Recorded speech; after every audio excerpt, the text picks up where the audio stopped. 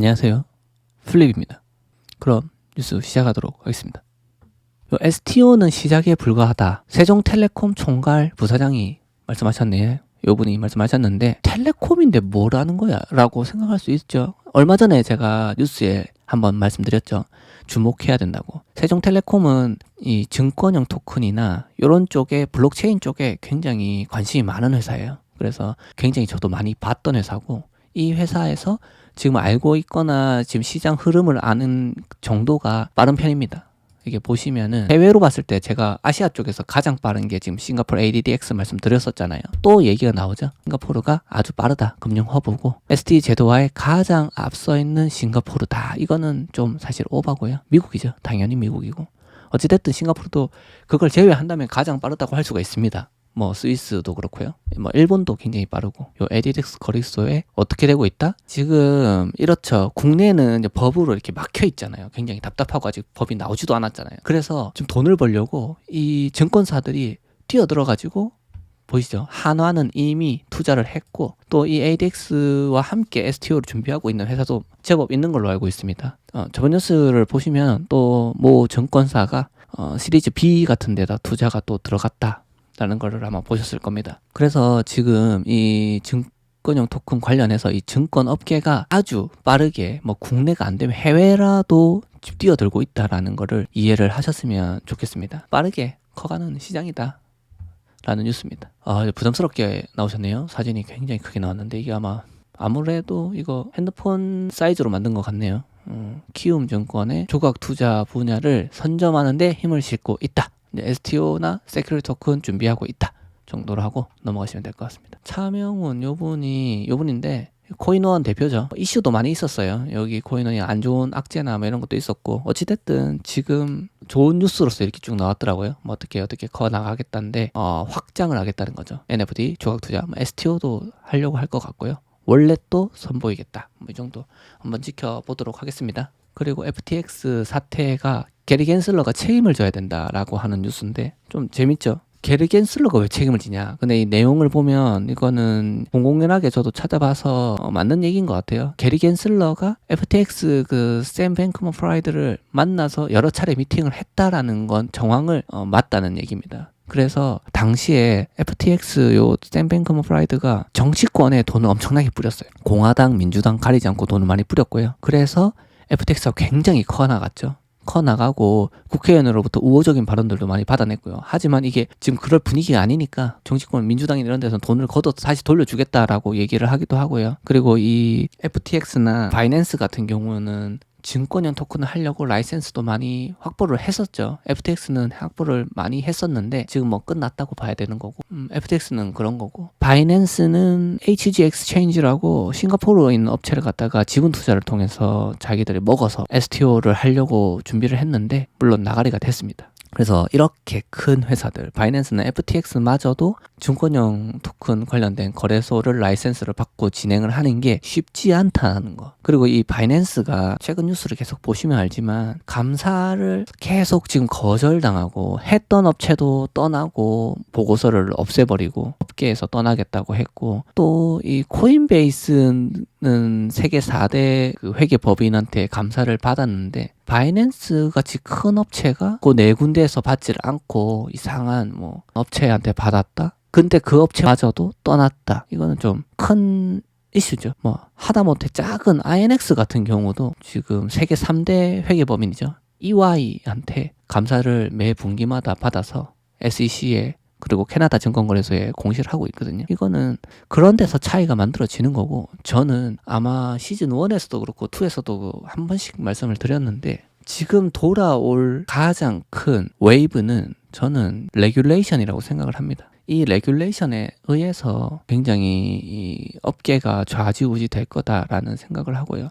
결국에는 이게 탈중앙화라는 이런 큰 뜻을 품고 진행이 될 거라고 생각을 하지만 아직은 멀었다. 아직은 레귤레이션 산하에서 사람들의 신뢰나 이런 공간과 시간이 필요하다라는 거에 동의를 하고요. 그렇게 필요하게 될 거고, 기술적으로도 많이 발전을 하게 될 것 같습니다. 좀 지켜보는 시간이 필요할 것 같고요. 뭐 이거는 FTX 관련해서 어떻게 결론이 날지는 한번 지켜보도록 하시죠. 신영증권에서 디지털 자산 분석을 발간했다. 가상자산 규제가 끝이 아닌 시작이다. 이거에 이제 아까 방금 말씀드렸던 거랑 관점이 같은 거죠. 저도 그렇게 보고 있고요. 결국에는 돈이라는 이 크레딧이라는 거는 신뢰를 바탕으로 이제 커져 나갈 수 있는 거죠. 믿어야 뭔가 맡기거나 할 수 있는 거잖아요.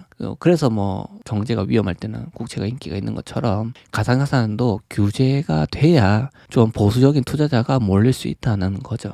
의견은 같이 생각을 하고요. 요 내용은 좀 제가 전달드렸던 거랑 거의 겹치는 부분이 많고 크립토를 좋아하시는 분은 대충 아는 내용이라서 넘어가도록 하고요. 원하시는 분들은 찾아서 한번 읽어보시기 바랍니다. 메타리페, 디지털 자산 시대를 연다. 미디움이 엄청나게 큰 크립토 관련된 미디어잖아요. 거기랑 BNK, 부산은행이 추진하는 메타버스 뱅킹 프로젝트 메타리페가 진정한 의미의 디지털 자산 기반의 금융시장 마중물 역할을 수행할 것. 그래서 NFT도 하고 STO도 하고 뭐 그런 서비스를 제공하겠다고 하는 건데 한번 지켜봐야 되지 않을까. 아직은 어떻게 될지는 모르겠다 생각을 하고 있고요. 한번 나오면은 한번 알아보도록 합시다. 특허권 NFT, 그러니까 NFT 관련해서 사업성, 규제 준수 등 절충안을 찾아야 된다. 어떤 내용이냐? 이 정도는 주목해봐야 되겠죠. 이 법률사무소, 차인권 여기가 자주 언급되긴 하는데 이분이 굉장히 공격적인 마케팅을 하시더라고요. 블록체인 업체나 증권의 토건 관련해서도 이제 법규가 들어가는 거기 때문에 변호사분들이 새로운 신종 먹거리로 생각이 되실 거라고 봅니다. 그래서 좀 요 분이 권오은 변호사가 뭐라고 했는지만 살짝 한번 보고 지나가도록 할 거고요. 뭐 당연한 얘기를 하시긴 했어요. NFT가 법적 성질을 구분해서 이게 크립토냐 증권이냐를 구분해야 된다는 거고, 크립토면은 이거를 갖다가 만들면 가상자산 사업자 신고가 돼야 되고요. 우리나라 내부에서는 그렇게 해야지 사업을 할 수 있거든요. 그게 아니고 증권이다 하면은 자본시장법에 적용을 받는다라는 뭐 당연한 얘기를 하셨고요. 어찌됐든 이거는 규제가 이루어지기 전에 더 말씀드릴 만한 게 없겠죠. 이런 분들도 규제가 만들어지고 나면 아마 하시는 말씀들이 많을 거예요. 그걸 종합해서 저도 경청을 해보고 어떤 내용이 있고 우리가 어떤 식으로 받아들여야 할지에 대해서 말씀을 드려보도록 하겠습니다. 중앙은행 통화 주권을 위협하는 스테이블 코인의 실태와 입법 방향, 이거는 제목에 대해서만 말씀을 한번 드려볼게요. 스테이블 코인은 일단은 달러로 많이 나왔었잖아요. 이거는 기축 통화니까 그렇게 가능할 수 있는 부분이라고 생각을 하고요. 우리나라 원화 스테이블 코인이 나온다는 거는 저는 이거는 힘들다라는 입장입니다. 정부 입장에서 한번 생각을 해보죠. 한국은행이 몇 개가 생겨버리는 거랑 똑같죠. 왜냐하면 이게 원화는 찍어내면 찍어낼수록 가치가 하락하는 거잖아요. 그렇기 때문에 그거는 문제가 있다. 미국과 우리의 관계에서도 그렇고요. 우리는 또 기축 통화가 아니잖아요. 원화는. 그렇기 때문에 정부에서 굉장히 싫어할 수 있는 부분이고요. 정부는 당연히 CBDC를 원하겠죠. 이 크립토, 그리고 이게 뭐 크립토라긴 그렇고 블록체인 자체에 대한 큰 흐름은 사실상 이거는 막을 수 없다는 걸 한국은행도 잘 알고 있고 이미 빠르게 스터디를 하고 준비 중입니다. 우리나라도. 그래서 어느 정도 단계가 많이 진행된 걸로 알고 있고요. 거스를 수 없는 대세에서 CBDC를 내서 뭐 굳이 크립토에서의 스테이블 코인을 사용하지 않고 한국은행이 찍어낸 CBDC를 쓰지 않겠습니까? 이거랑 그럼 비트코인은 망하냐? 이거는 진짜 말도 안 되는 소리를 하시는 거라서 그거는 개인적으로 좀 알아보시고요. 그거는 아예 다른 분야입니다. 그런 질문을 제가 받아본 적이 있어가지고 너무 황당해서 말씀을 드려보는 거고요. 일단은 내용은 한번 읽어보지, 뭐 다양한 뭐 개념에 대해서 좀 말씀 많이 하셔가지고 그냥 제목에 대해서만 제 생각을 말씀을 드려봤고, 그 입법되는 방향은 스테이블 코인은 좀 살아남기가 어려울 거다. 국내에서는 그렇다는 얘기고요. CBDC가 빠른 시간 안에 활성화되지 않을까라는 기대를 해봅니다. 카카오뱅크가 셀카로 OTP 인증을 한다. 굉장히 편리할 수 있겠다. 이게 뭐 그냥 뱅킹만을 떠나서 크립토나 이런 블록체인 업계에서도 이런 걸로 OTP를 한다면은 저희가 뭐 저도 그렇고 구글 OTP 많이 쓰잖아요. 그 구글 어설라이즈도 이걸 쓰는데 이게 이제 셀카로, 그러니까 얼굴 인식으로 한다면 굳이 뭘 찾거나 뭐거나 할 필요가 없잖아요. 그러면 이걸 찾을 필요 없이 얼굴 인식으로 바로 할 수 있다. 굉장히 좋은 기능을 가질 것 같다는 생각이 들고 활용도가 기대가 됩니다. 이 두나무는 오너 리스크와 갑질 의혹을 벗어던졌다. 이게 뭐냐면 갑질 의혹은 위믹스 사태를 말하는 거고요. 오너 리스크는 지금 이게 송치영 의장, 두나무 의장이 이 법원에 계속 붙잡혀 있었거든요. 아직 선고가 나오지 않았어가지고 좀 약간 리스키하다라고 사람들이 생각을 했었는데 일단은 무죄 판결을 받았다. 그래서 해소가 됐고 그거 좀 안정적으로 마무리됐다. 갑질공방도 아까 전에 말씀드렸다시피 다학사에 대한 독립권을 인정을 했기 때문에 정부에서도 이제 문제가 없는 거죠. 두나무가 그만큼 힘이 있고 잘 셋업을 해 나가고 있다라는 생각이 들고요. 그 두나무가 그러니까 쉽게 말하면 업비트죠. 업비트가 향후에 뭐를 더 할 거냐라는 거에 대해서 지금 이렇게 나오는데, 향후 과제는, 이 말은 뭐 그냥 앞으로 뭐 할 건데 라는 건데, 뭐 뻔한 얘기를 NFT 하고 뭐 증권 토큰 뭐 이런 거 준비하겠다 뭐 이런 얘기를 하겠죠. 어쨌든 오늘 이제 국내 뉴스는 한 이 정도긴 한데, 키 포인트는 요거죠. 증권형 토큰 가이드라인 어떻게 될 거냐라는 거. 이거는 막 1월 달에 나오면 제가 이제 국내 뉴스에서 가장 키가 될 수 있는 부분으로 업계에서 나오는 목소리들을 모아서 제 나름대로 정리를 해서 전달해 드릴 수 있는 콘텐츠를 만들 생각이 있고요.